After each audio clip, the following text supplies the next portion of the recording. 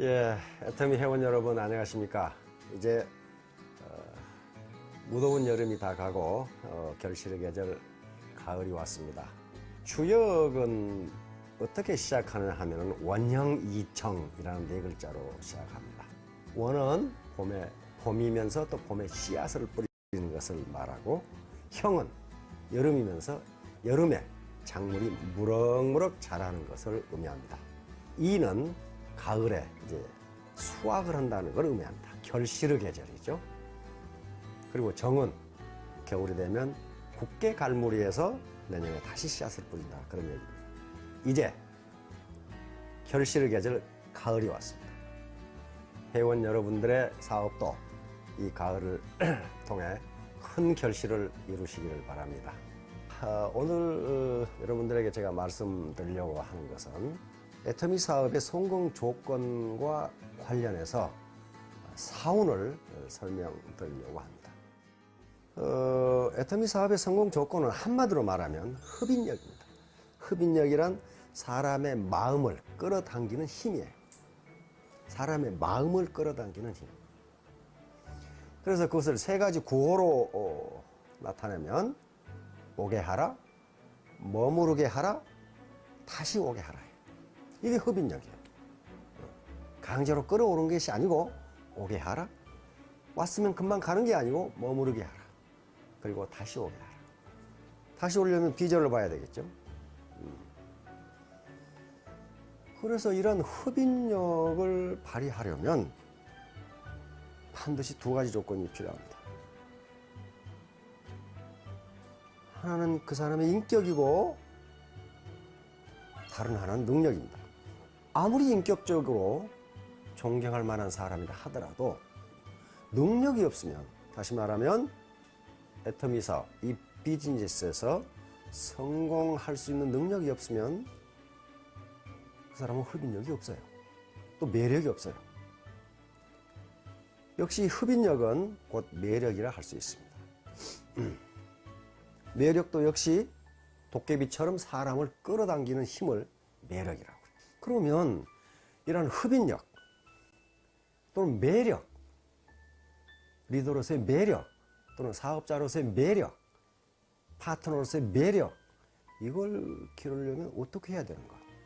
구체적으로 어떻게 해야 되는가? 여러 가지 어떤 덕목이 있겠지만은 저는 오늘 여기서 말씀드리려고 하는 게 사운의 실천입니다. 우리 사운의 첫 번째 항목이 뭐죠? 영혼을 소중히 여기며, 이렇게 됐어요. 영어로는 cherish the spirit, 이렇게 지금 번역이 되어 있죠. 영혼을 소중히 여기며. 이 말 자체가 대단히 추상적입니다. 추상적이에요. 우리가 쓰는 모든 말에 추상적인 용어가 있는데요, 그 추상적인 용어는 그 자체로 이해되지가 않고 확인되지가 않습니다. 아무리 말로 나는 당신의 영혼을 소중히 여긴다고 해도 그 사람의 행위가 그렇게 나타나지 않으면 그건 거짓말이에요. 영혼을 소중히 여긴다는 말은 크게 두 가지로 볼 수 있습니다. 하나는 다른 사람들을 내 목표 달성의 수단으로 이용하지 않는다. 다시 말하면 인간은 누군가가 짓밟고 써먹을, 이용해도 좋은 그런 존재가 아니고 존재 자체가 목적이다. 누구를 위해서 존재하는 것이 아니고 그 존재 자체가 목적이다. 왜? 창조주가 그에게 영혼을 줬기 때문에 그래요. 그러니까 말로는 나는 파트너들을 위해서, 나는 회사를 위해서 뭐뭘 한다 하면서도 다른 사람들을 내 목표 달성을 위한 수단으로 이용했다면 그 사람은 영혼을 소중히 여기지 않는 겁니다. 자, 두 번째는 양심에 따라 행동하는 거예요. 양심에 따라. 양심을 소중히 여기고 양심에 따라 행동하는 거예요. 그런데 일반적으로요, 양심은 언제나 자신에게 있어서 야당입니다. 야당이에요. 언제나 반대 얘기를 하는 게 양심이에요. 내가 원칙에 인류 보편적 가치에 어긋나는 행동을 했을 때 양심은 아주 미세한 소리로 그러면 안 되는데, 그러면 안 되는데, 그렇게 얘기해요, 양심은. 그러니까 양심에 따라 행동한다는 것은 양심의 미세한 소리를 듣는 거예요. 그것이 다른 사람의 영혼을 소중히 여기는 거예요. 원칙이나 인류 보편적 가치에 어긋나는 행동을 했을 때 양심이 그걸 제지하는데, 그럼에도 불구하고 그 짓을 했다면 그것은 다른 사람에게 손해를 끼치고 다른 사람을 내 목표 달성의 수단으로 이용한 겁니다. 그러니까 이것은 영혼을 소중히 여기는 게 아니에요. 따라서 영혼을 소중히 여긴다, 이건요 굉장히 중요한 덕목입니다. 다시 말하면 동반성공이다, 나눔이다 하는 철학이 여기서부터 나옵니다. 자, 두 번째, 생각을 경영한다는 건데요. 생각을 경영한다도 역시 합리적 의사결정이에요. 의사결정에서 가장 중요한 것이 의사결정의 윤리성이에요. 윤리적으로 맞지 않으면 그것이 과학적으로 아무리 타당한 의사결정을 하더라도 그건 사회에 이익을 주지 못합니다. 우리 애터미에 이익을 주지 못해요. 파트너들에게 이익을 주지 못한다고요. 그래서 윤리성이 가장 중요합니다. 근데 윤리성이라는 말도 좀 추상적이에요. 뭐가 윤리성이냐는 거예요. 학자들이 가장 중요하게 생각하는 윤리의 바탕이 황금률이라고 하는 겁니다. 황금률. 얼마나 중요하면 그걸 황금률이라고 했겠어요. 골든 룰이라고 해요. 골든 룰은 성경 누가복음에 있는 말씀입니다. 남에게 대접받고자 하는 대로 너도 남을 대접하라. 남에게 대접받고자 하는 대로 너도 남을 대접하라. 그것만 이루어지면 도덕 철학이고 무슨 뭐가 아무 필요 없어요. 논어에서는 이걸 기소부력 물시어인이라고 표시하고 있습니다. 표현하고 있어요. 네가 당하기 싫은 일을 너도 남에게 하지 말라. 이걸 좀 더 우리가 알기 쉬운 용어, 늘 우리가 쓰는 용어로 말하면 역지사지예요. 역지사지. 입장을 바꿔놓고 생각해보라. 이게 생각을 경영한다의 합리적 의사결정, 의사결정에서 가장 중요한 덕목이에요. 뭐 과학적 의사결정 기법을 아느냐 모르냐? 그게 중요한 게 아니에요. 의사결정이 윤리적으로 타당하지 않다면 아무리 그리 과학적으로 맞더라도 그 의사결정은 잘못된 거란 말이에요. 이렇게 의사결정을 하는데 인격적으로 나무랄 사람이 누가 있어요? 다음 항목은 믿음에 굳게 선다예요. 믿음에 굳게 선다는 말은 자기가 설정한 목표를 반드시 달성하겠다 또는 달성될 것이라는 신념을 갖는 거예요. 반드시 달성하겠다. 또 이것은 반드시 달성될 것이다 하는 신념을 갖는 것이 믿음에 굳게 서는 겁니다. 그런데 신념이라는 것이요, 그냥 내가 하고 싶다고 의식적으로 생각하는 걸 신념이라 하지 않습니다. 그건 신념이 아니에요. 정신분석학자들의 이 연구에 의하면 우리의 의식은 현재 의식과 그리고 잠재 의식으로 구성되어 있어요.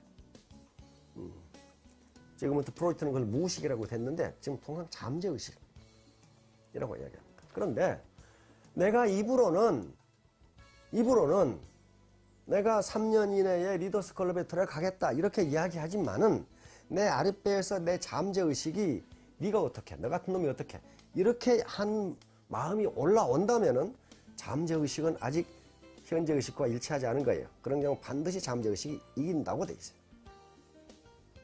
그래서 신념은 내 현재 의식이 잠재 의식과 일치할 때, 그때 그걸 우리는 신념이라고 합니다.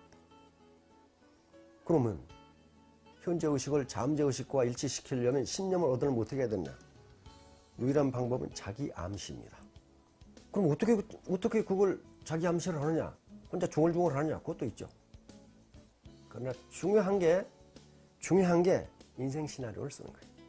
인생 시나리오를 쓰는 과정이 내가 나에게 자기 암시를 주는 거란 말이에요.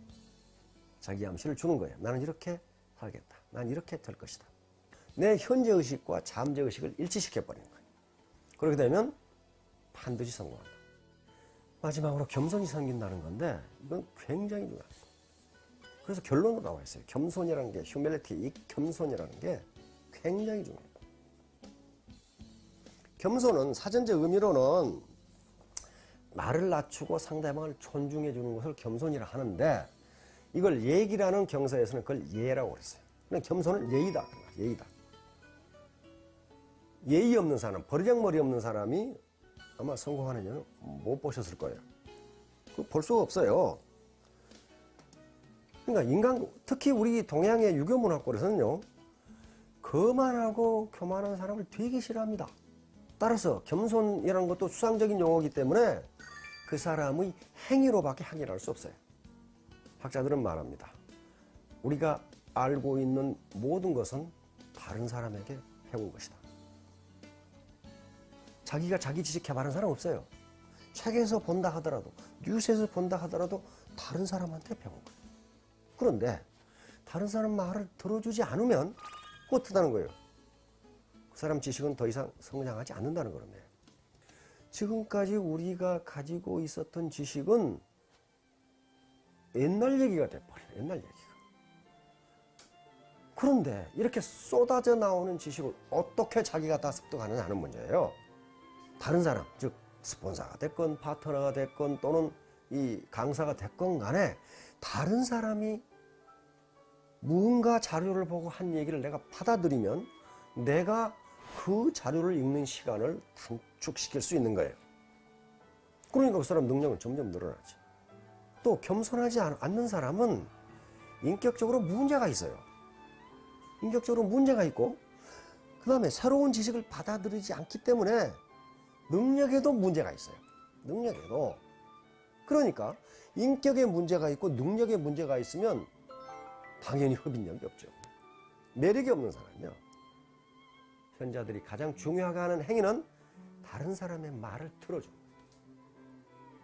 다른 사람의 말을 무시하지 않고 들어주고 의사결정에 반영하는 거란 말이에요. 자, 오늘 애터미 사업의 성공 조건을 사운을 중심으로 설명을 했는데요.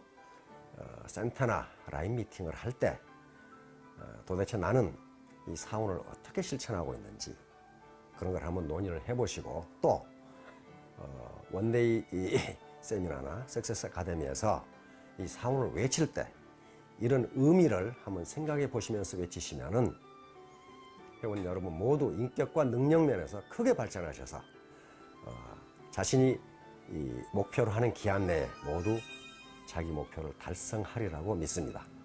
경청해 주셔서 감사합니다.